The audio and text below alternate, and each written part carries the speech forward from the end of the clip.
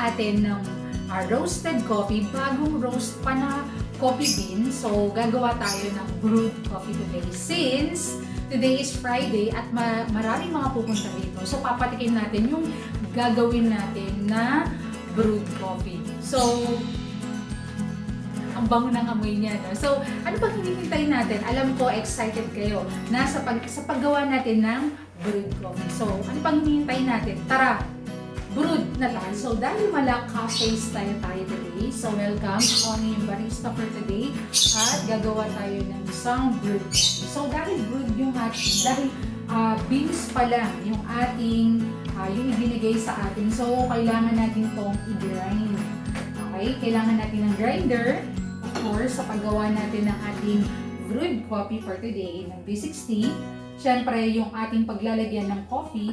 And then, later, of course, kapag nakuha na natin, na-stock na natin yung coffee natin dito, of course, ilalagay natin siya dito sa ating glass bottle. So, usually, ginagamit ko tong glass bottle kapag hindi ko nauubos lahat yung coffee. So, nilalagay ko siya dito and then, pwede mo siyang ilagay sa ref. So, after a few days, no, ikaw habang pag gusto mo mag-coffee, of course, kukunin mo lang sa ref tapos mag-coffee ka na. So, kapag hindi ko nauubos usually yung coffee, nilalagay ko siya dito.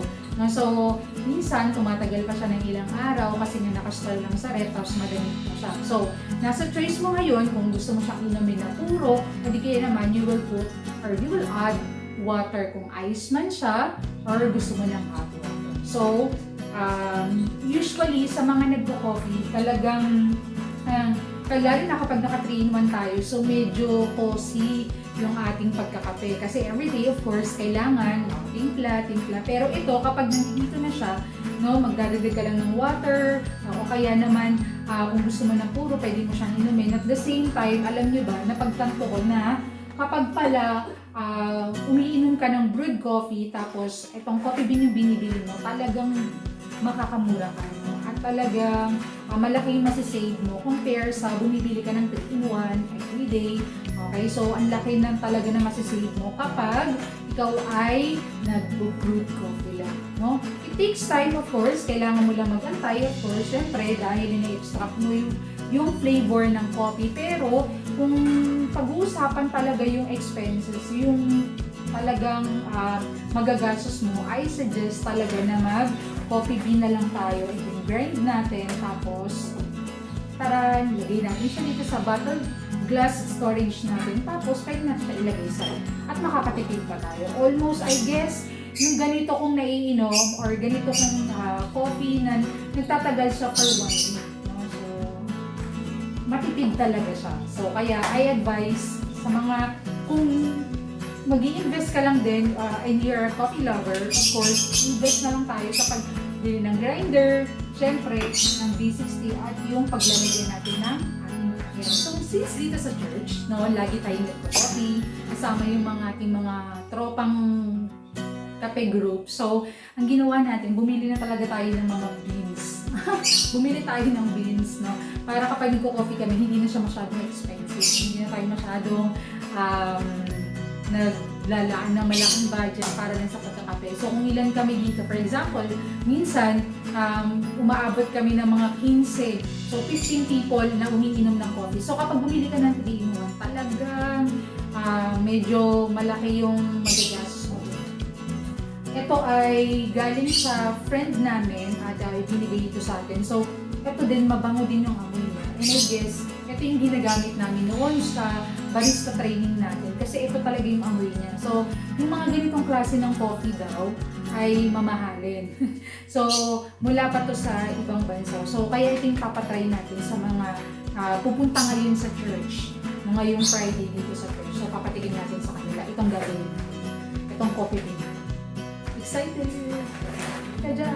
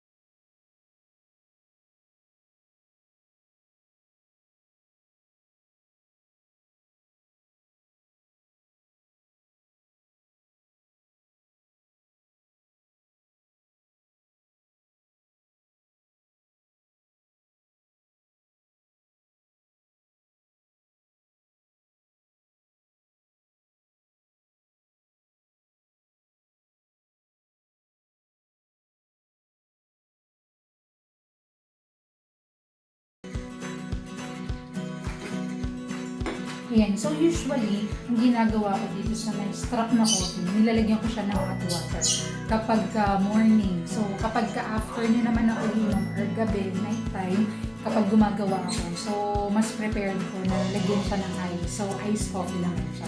Pero ngayon, hindi na siya lalagyan ng tubig. Titikman natin siya ng tubig. Wow! Ang sarap niya. Ang sarap pala kapag uminom ka ng bagong roast na coffee bean, tapos i-grind mo, tapos yan, gagawin mo siyang coffee, no?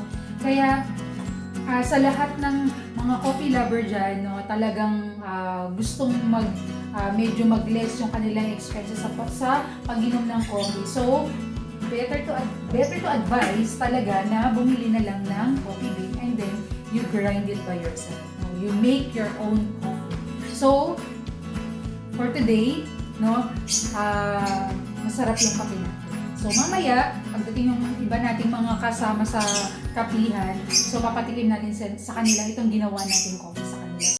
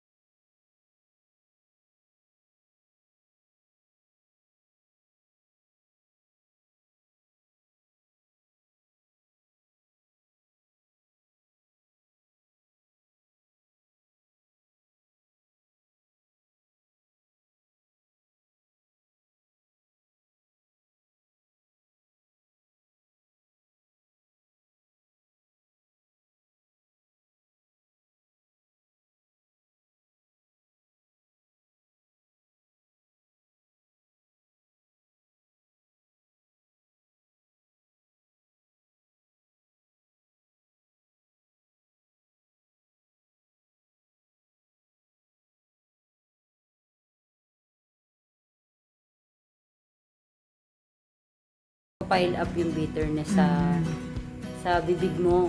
Kumbaga, para habang tumatagal, ayaw mo na uminom. Kasi nga, pabitter yung ano. Wow, sakit na. Pabitter ng pabitter. Sakit. Pabitter ng Pero ito, meron siyang, yung iniiwan niya, kumakalat yung sweetness sa bibig. Kumbaga, uulit-ulitin mo siya. Kasi unlike, hindi ko alam kung light, dahil light to. Light roasted ba to or ano. Kasi hindi siya ganun ka... Actually, medium. Nasa medium roast siya. Medium roast. Kaya hindi siya Pero yung mga binili ko, medium roast din. Kaya lang, lalasa mo talaga yung bitterness ng kape. Ito, hindi. Meron kang pang-desire na ulitin mo pang uminom. Wow! Hanggang sa hindi ka talaga na makatulog. Oo. Hindi, ang dami ko ng pastor pa nakatikim na ako ng espresso shot talaga. Pero yun kasi may bitter talaga siya as in. Pero Iwan na iwan. ito, Parang nainom na ng sabaw ito. Pwede ko siguro inom na ito. Parang sabaw lang ninom. Wow! Oo. Hindi nga siya mabigat sa panlasa. Hindi siya mabigat sa panlasa. Good siya sa mga taong hindi mahilig sa mga sa Bitter na coffee. Oo. Yung mga mabibigat na kape. Mga lang. Yung mga parang nga siyang light actually. Kung medium siya pero ang light niya siguro sa akin. Ang light niya. So hanggang 2:00 lang to na madaling araw. Siguro naman. Ayun. Wala pa Iba- to sugar ah. Oo nga, wala pang sugar. Pero may sweetness na siya, di ba? I mean, sweet to the point na hindi naman yung kagaya ng siya sugar. Oo, ano, para siguro,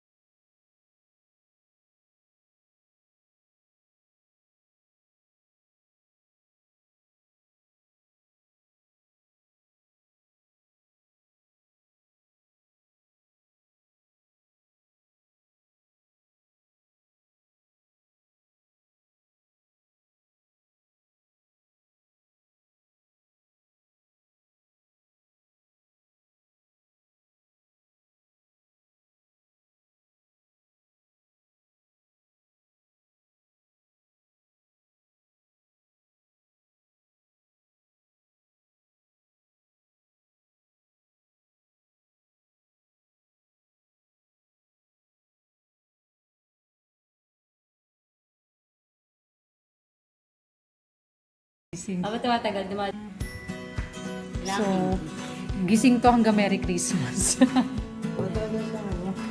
ko sa bahay. ano? ano nga?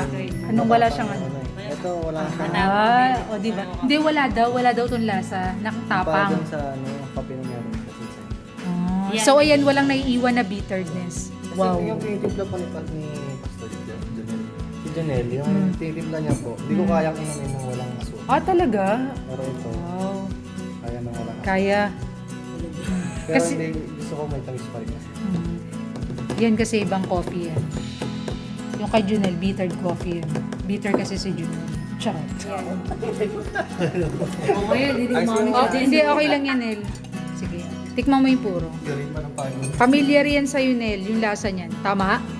Oh, anong lasa niya? Kung natatanda mo pa. Ano? Mati, Ha? may pati hindi. Hindi, mati yung Tikman mo nga. Tikman mo muna. Ano? May paet o wala? wala. Wala. 'Di ba? Pero puro yan. Meron yan, Nel. May familiar kang lasa dyan. Ano ka ba? Yung sunod na pinatikim sa atin. Oo, barista. Barista student? Di mo na natatandaan? Yung sunod na pinatikim sa amin. Yung meron siyang parang bittered muna pero Saglit lang yung lasa. saglit lang. Oo. 'Di ba? So, kumpara sa mga ininom mo na itong mga lately nating pinapainom natin sa taong bayan. Anong Paborito ka? hindi, anong okay? 3 in 1. Hindi kuya. Tanggalin ko kaya to. Charot. Ano mas okay? Oh, mas okay. Mas okay siya, 'di ba? Kasi hindi siya maano eh. Walang aftertaste. Oo, tama. Yun talaga yun nila eh, 'di ba? Kasi ibang coffee, meron pa ditong iwan. 'Di ba? Kumbaga nagpa-pile up yung lasa nga. Yung ano, yung Amadeo kasi ganun po. Dagdag. Yung Amadeo, ganun. 'Di ba yung iwan na iwan? Lasang-lasa mo. Kala ko naman nakalimutan mo eh. Hindi nga ako sure eh. Kasi yung Amadeo, ganun din. Pero matagal kasing mawala yung... Eto kasi Parang palok niya sa... Oo. Parang mapalok sa... sa dila. Pero eto, Saglit lang. Nawala agad. Yung Oo. asunod na inom mo, wala ng lasa. tapos parang gusto mo lang mag-coffee, yung hindi mo titigil. I mean, hindi siya kagaya ng ibang coffee, ang tagal mo bago inumin. Ganito daw yung tamang brew. So, dahil yan sa Rua Academy. So, yan yung nagbigay ng beans. Nagit? Ayan, so, natikman na ng mga kasama natin dito sa church yung ating ginawang brewed coffee. At pasado daw sa kanilang mga panlasa yung ginawa natin kape. Alam nyo ba, masarap na banding talaga yung pagkakape. No?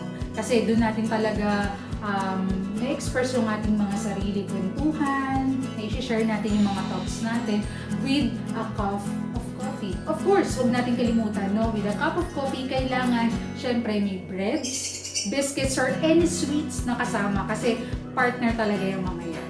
Of course, para sa araw na to, I'm your barista, Barista Pam, at huwag natin kakalimutan sa pag-inom natin ng kape, be with Jesus.